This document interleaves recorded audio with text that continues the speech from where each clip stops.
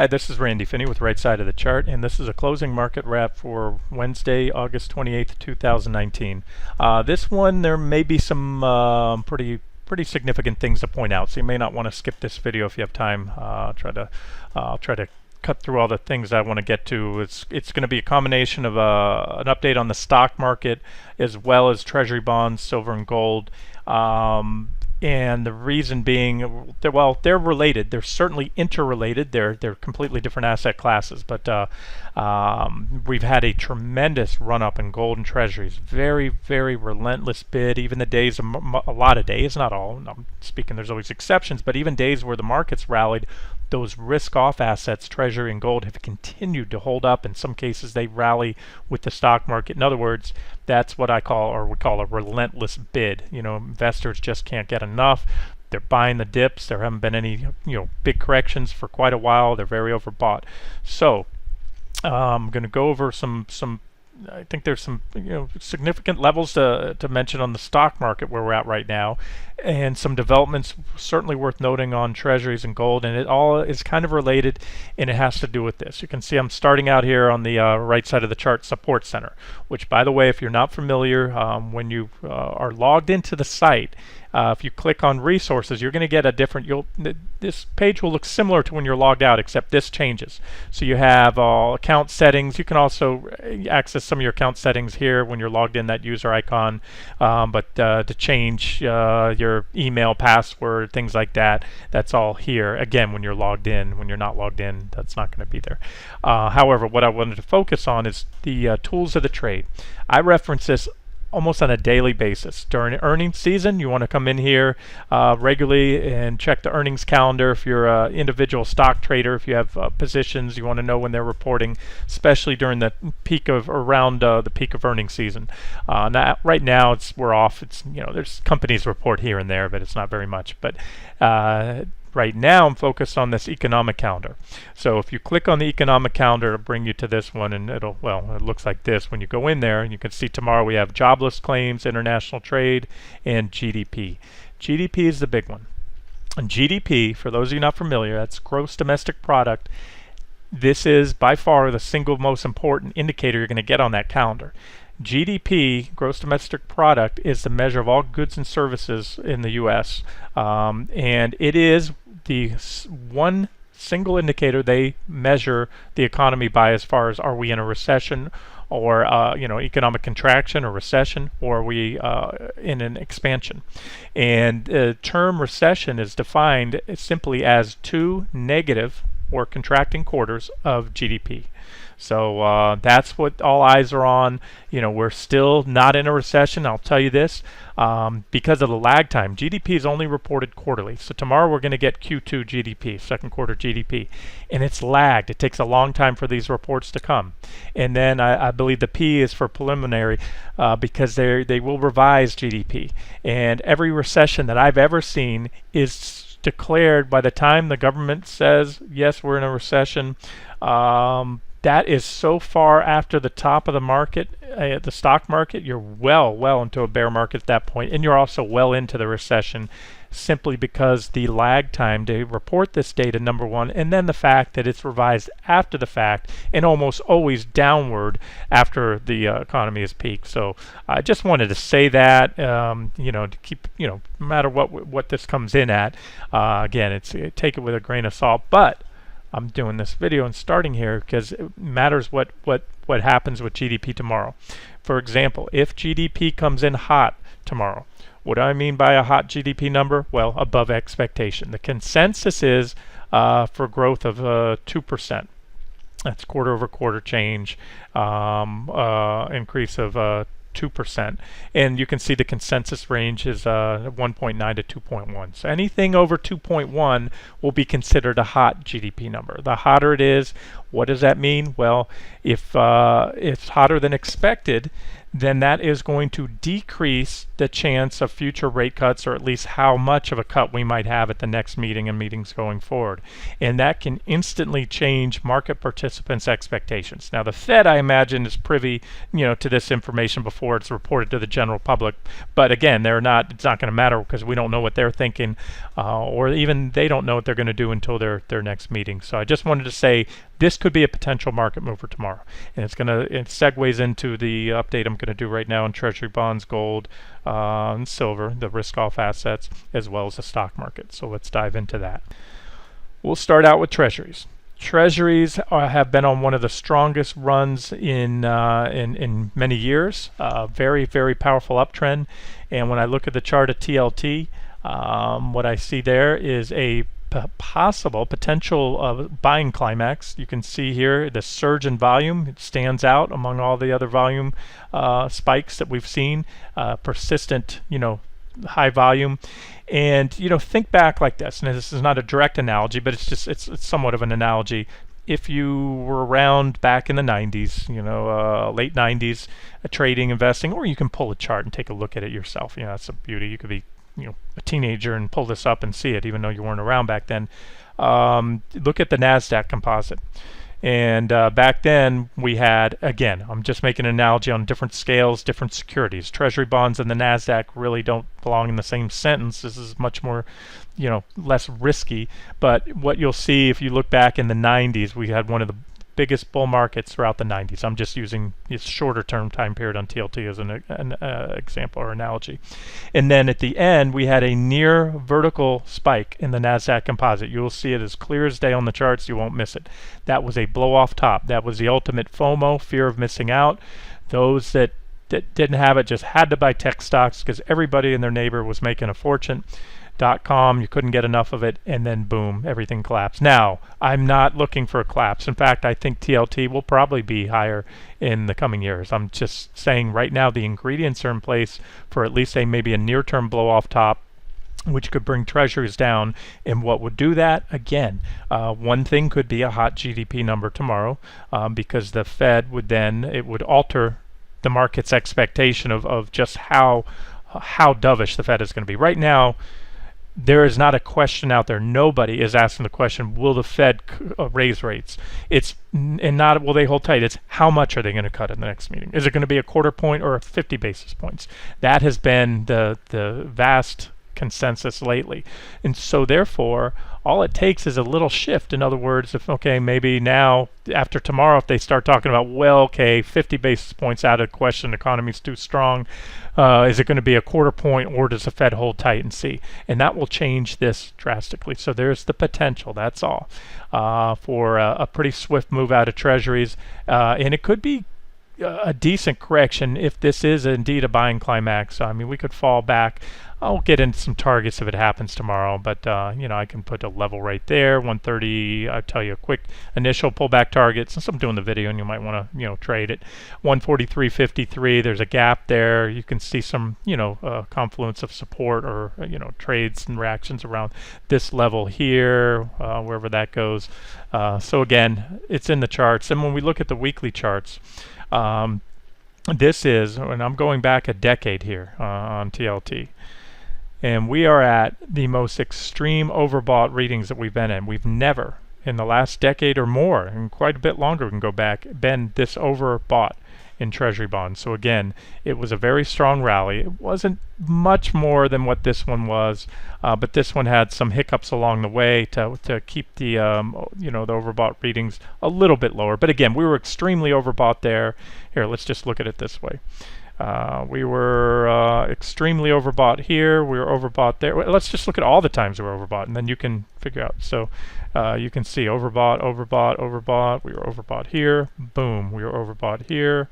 Boom. We were overbought here, and even more overbought here. No boom yet. And yeah, I pointed out we were overbought here a few weeks back, but it didn't plan out. Instead, we had this what could be a big blow off top. So this is important. This could change. Let's see what happens tomorrow. And again, you want targets, potential swing targets. Here's a trend line that hasn't been visited in a long time. So there's a potential swing target.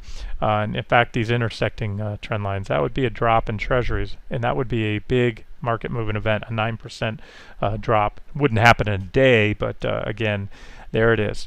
Somebody asked me earlier today in the trading room about a short on TLT, and at first I was like, the bid is just so strong, it's relentless. But now that I'm piecing this all together, GDP tomorrow, well, hey, maybe not a catalyst, but it could be. So that's why I'm doing this video.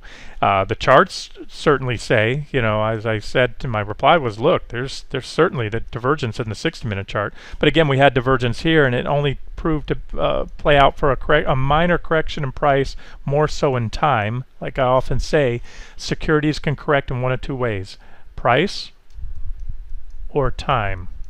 And so this one did a little of both, but when we had that correction, that wasn't over. We didn't alleviate or work off these overbought and the divergences, I should say. We alleviated for temporarily the overbought conditions, but we became overbought again, and most importantly, we simply extended those existing divergences that were already in place. So this correction was not enough to clear those out. Now that they're still there, it sets the stage for an even bigger drop.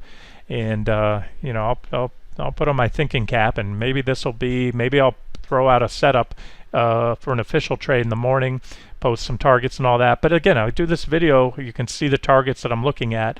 I would say you can see all the levels that are marked on this chart. Let's just say right now, near-term range for the 60-minute chart, let's just call it right about here. I can even move this line up. You know what, let me do this. Let me add, let's pull this line down to right here.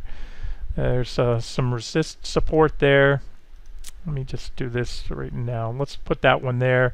And let's just say if we break down, if there's a surprise tomorrow with GDP or anything else that comes out, maybe something else comes out and it's not GDP, but it changes the trajectory on rates. Let's just say this would be a ideal pullback zone right now, and we'll even call it a minimum pullback zone from about 143.50 to about 138, and certainly the possibility go down here. In fact, if we break below that zone 138, we come down, I think, to 133.24 if we break it with conviction. Can't get back up there. There's a thin zone in here. I'm looking at the volume price histogram, meaning we had a trading range here, a multi-month trading range down below. You can see it here. And then we broke out and we shot quickly up through there, and then we started consolidating again. Then we consolidated here. So it works like this, break down here, get into this, break down below 143.50. We're in this support zone, and if we break that, we probably come down here. So that would be, we'll call this my max pullback target right now, about roughly 133.24, with my minimum pullback target range should treasuries break down tomorrow. And it's going to also, there's a lot of contingencies here, guys, and that is going to be the stock market. It'll be maybe what GDP does tomorrow. Maybe GDP is a non-event. Maybe it comes in a consensus and the market really doesn't react to it. That's certainly possible, but I don't want to tell you about it after the fact if we start moving. So I'm going to get this video out to you guys now. Okay, so Treasury bonds. This chart looks good enough to me, and I mentioned to the member in the trading room after I followed up a reply. I said, look, you know what?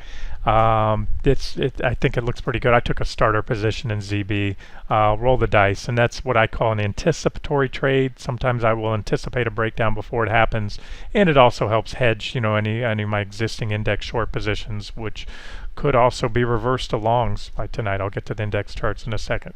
What do I see on this ZB? Again, these are 30-year Treasury bond futures, if I didn't clarify that. So this is the same thing as TLT, except you're trading futures instead. You have a minor uptrend line here, first and foremost. We haven't broke it yet, but if it goes, I think we'll come down quick. And there's that same divergence. Remember, I was on the TLT 60-minute chart, and I told you we had divergent high there and a breakdown of a nice, well-defined uptrend line. And it did play out. It's not as if the divergence didn't work. It's not as if that sell signal didn't work, but it worked for just a very minor, relatively shallow and relatively brief correction, right?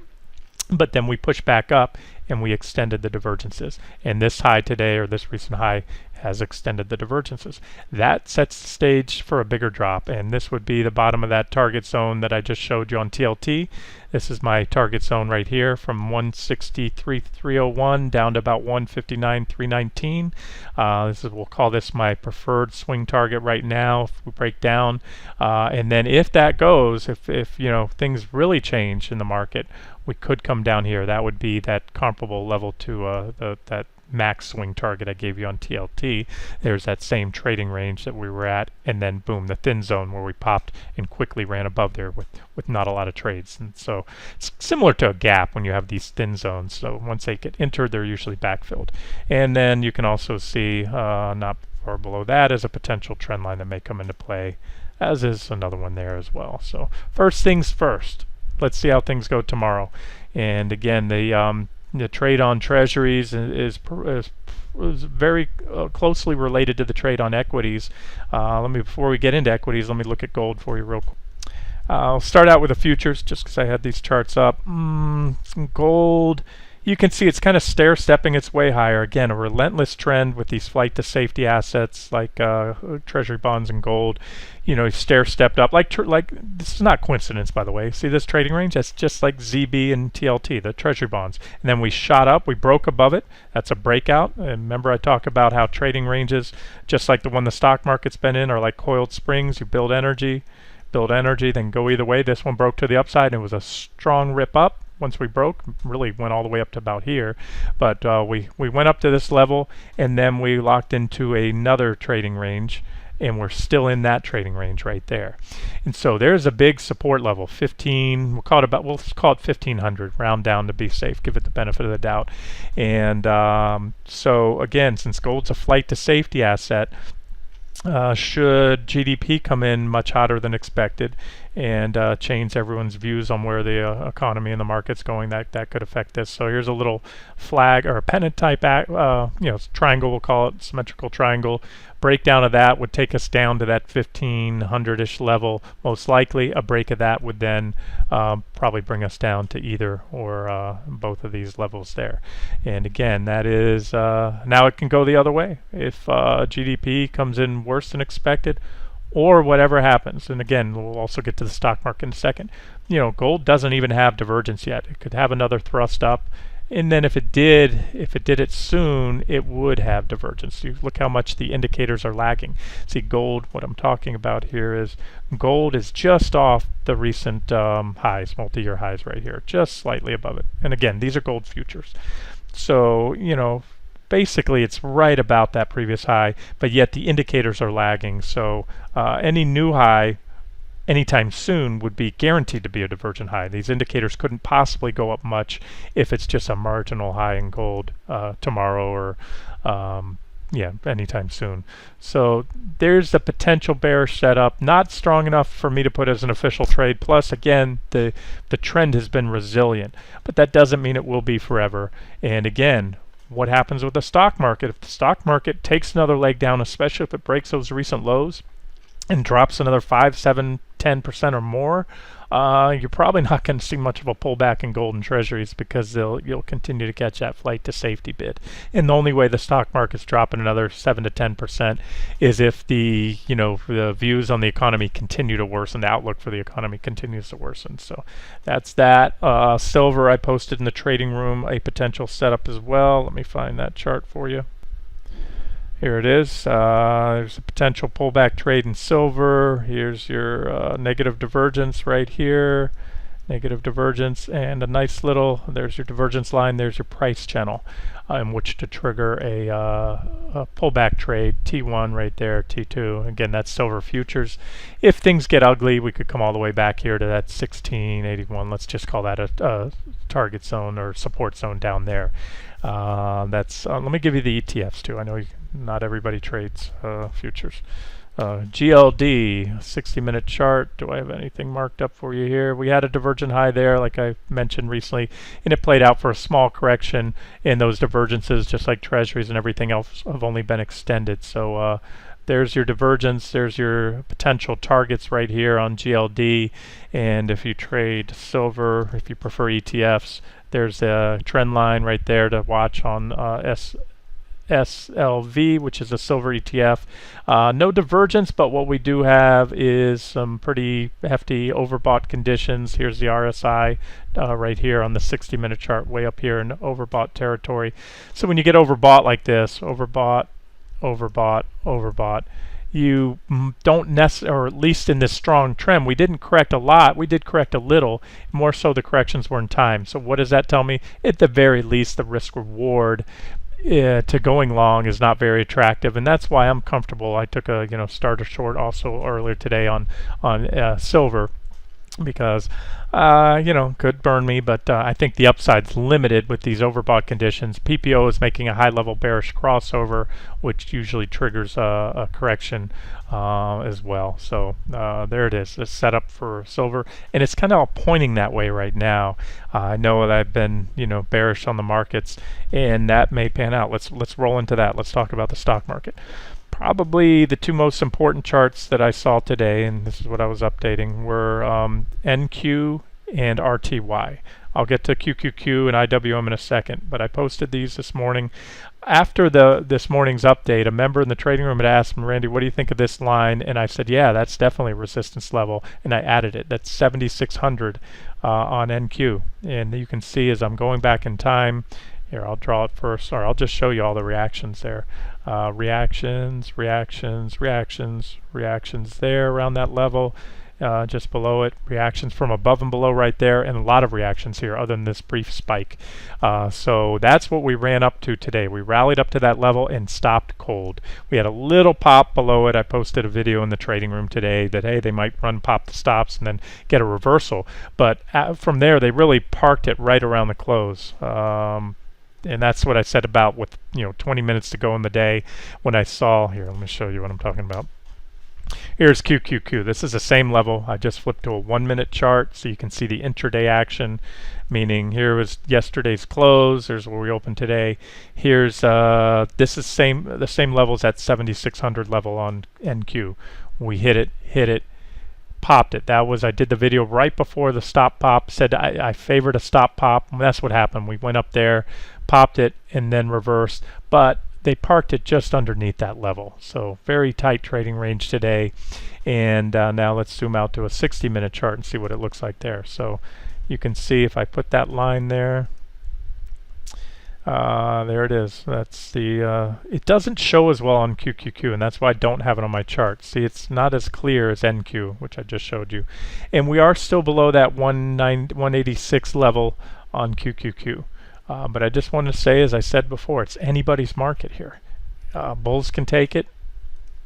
If they can pop, especially if they pop 186, they're going to run at the top of that downtrend line. If they pop that, the last significant resistance between that and new highs really is the top of this recent trading range. So these are the big levels here. That low around 180, 146 uptrend line.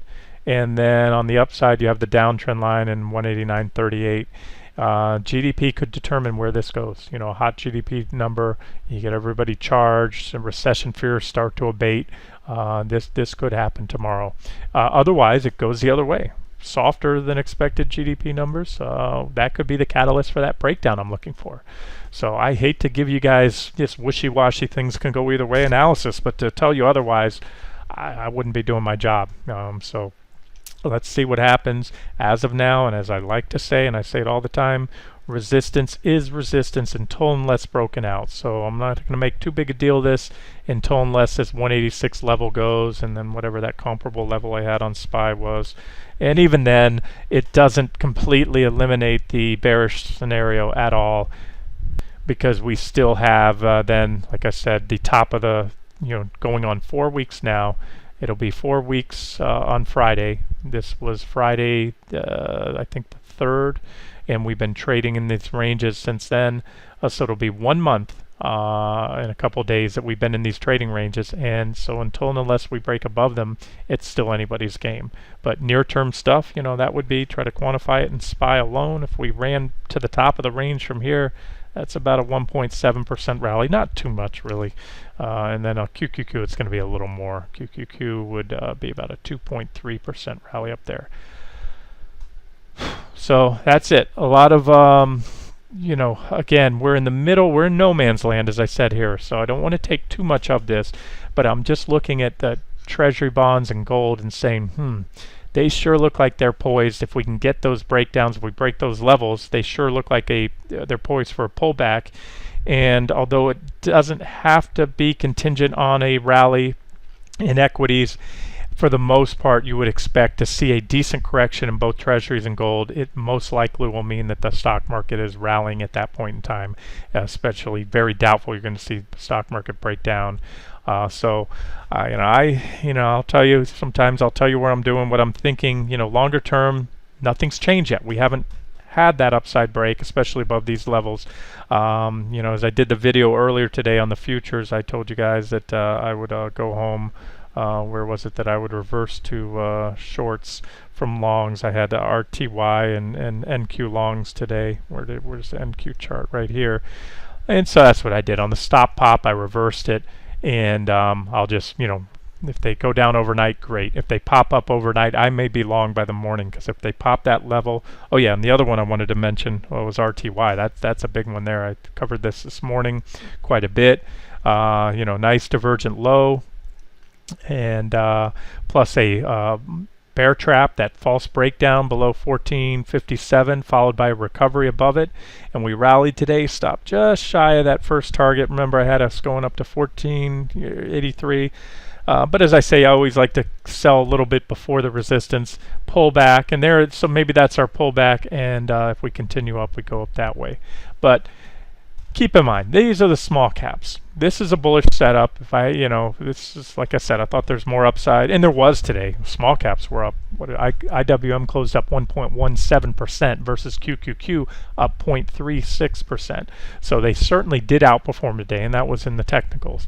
But they're not going to determine where the market goes. It's going to be SPY and QQQ, the large caps.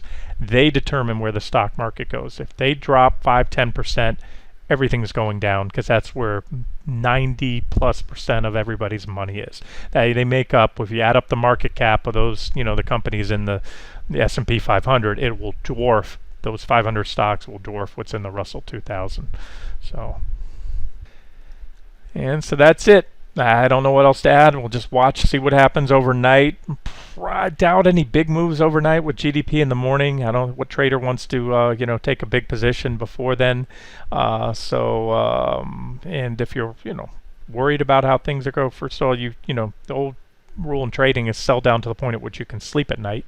But there'll be plenty of time to either hedge up or lighten up before the GDP report. And again, maybe it's a non-event. I just wanted to point it out, because when I look at treasuries and gold and silver and see that the way they're aligned for that correction, it says, well, if that starts to play out, that might mean more upside in the equity markets.